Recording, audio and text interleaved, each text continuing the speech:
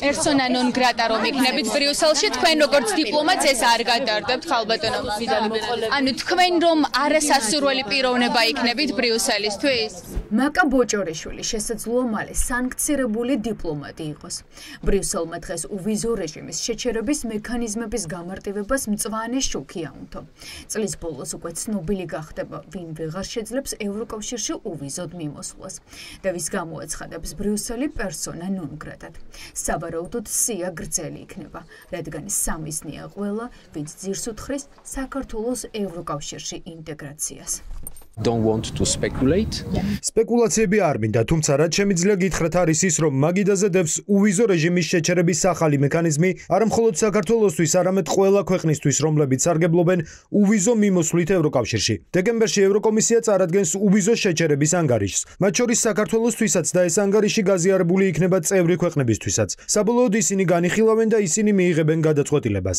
უვიზო რეჟიმის გამარტივების წესები ძალაში დეკემბრიდან შევა.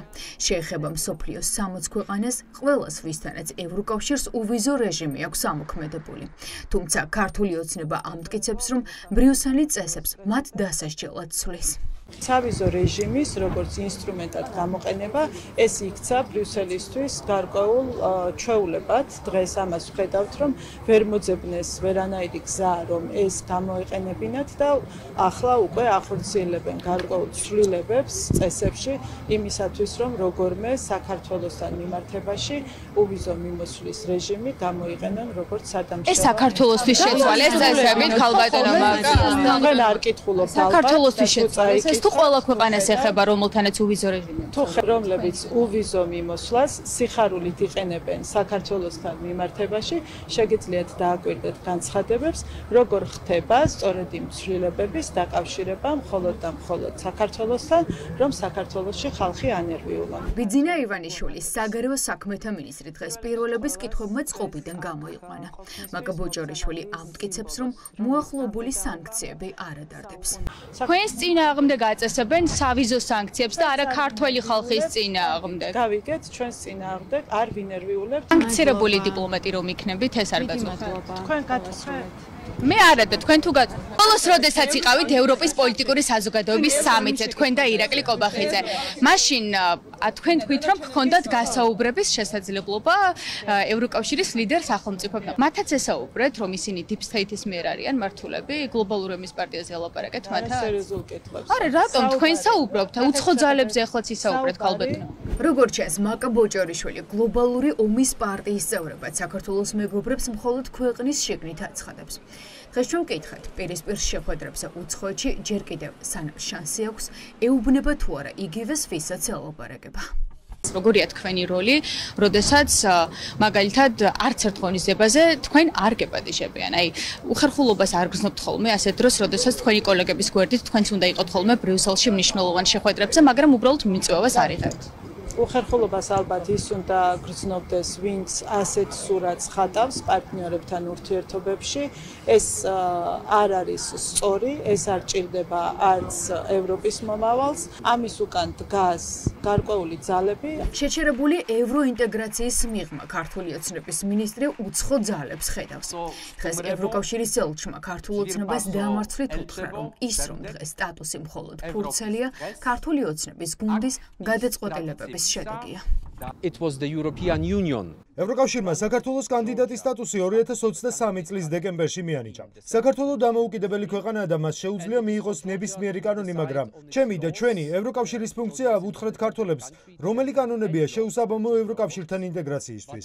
2024 წლის გაზაფხულზე ჩვენ ძალიან მკაფიოდ და ხმამაღლა ვამბობდით, რომ გთხოვთ, არ დამტკიცოთ უცხოური აგენტების შესახებ კანონი, რადგან ამას მოჰყვებოდა შედეგები.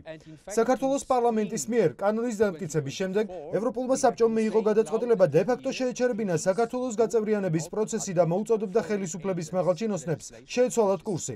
2024 წლის ივნისის გადაწყვეტილება იყო გამომამხიზლებელი ზარი. გასულ კვირას ალბათ ჩვენ გქონდა საბოლოო გამომამხიზლებელი ზარი გაფართოების ანგარიშის ფორმით, რომელიც იყო გამანადგურებელი საქართველოს ევროკავშირის მისწრაფებებისკენ. გულწრფელად ვიმედოვნებ, რომ ქართულ პარლამენტარებს არ დასჭირდებათ 18 თვე, რომ ისწავლონ და მიიღონ ზომები, რადგან თუ მათი განზრახვა სერიოზულია, ოდესმე გაწევრიანდნენ ევროკავშირში, მათ დაუყოვნებლივ უნდა შეცვალონ კურსი. დღეს ევროკავშირის ელჩს პირისპირ ვერავინ უთხრა, რომ Deep State წარმოადგენს. არა და ქართული ოცნების ყოველი დილა ბრიუსელის კრიტიკითა და ელჩების ლანცხვით იწყება. ბრიუსელი დღეს იქცევა და დღას ყარად იმ გზაზე, სადაც თავის დროზე იყო საბჭოთა მოსკოვი. მაკა ბოჭორიშვილს როგორც ჩანს ეს განცხადება არ მოусმენია. ქვეყნის დიპლომატიისთვის ასეთი მძიმე დღე ოდესმე გახსოვთ, აი როგორ გამოიყურება დღე საქართველოს დემოკრატია იმ დროს, როდესაც მაგალითად დარბაზში ცხედანის ელჩები, რომელსაც ყოველდღიურად ლანძღავთ, რომელსაც აკრიტიკებთ და შემდეგ უკვე ტრიბუნიდან საუბრობთ, რამ კარგად მუშაობენ ქართველი დიპლომატები. ვინ ელჩებს ლანძღავთ? მაგალითად პაվել ჰერჩინსკის დიდი ბრიტანეთის ელჩს ალბათ ბევრ განცხადებას მოვიყვანთ. თქვენი განცხადება არის ძალიან ცდარი. საქართველოში არავინ არ ლანძღავს ელჩებს, არავინ არ ესხმის თავს უცხოელ დიპლომატებს. პირიქით, ჩვენ ძალიან დიდ პატივს ვცემთ იმ ურთიერთობებს, რა ურთიერთობებით საქართველოს აქვს წლების განმავლობაში განვითარებული ჩვენს პარტნიორებთან. მაკა ბოჭორიშვილმა დღეს ევროკავშირის შესახებ არაერთი დეზინფორმაცია გაავრცელა. დეზინფორმაცია და ტყუილები არის სწორედ ის ერთ-ერთი მიზეზი, რის გამოც ბრიუსელი ქართული ოცნების ლიდერებს უვიზო რეჟიმს უქმებს. ეს არ ნიშნავს მხოლოდ იმას, რომ ოცნების ჩინოვნიკები ვიზის რიგში უნდა დადგნენ. ინდივიდუალურად გადაწყდება, მისცემენ თუ არა საერთოდ მათ ვიზებს.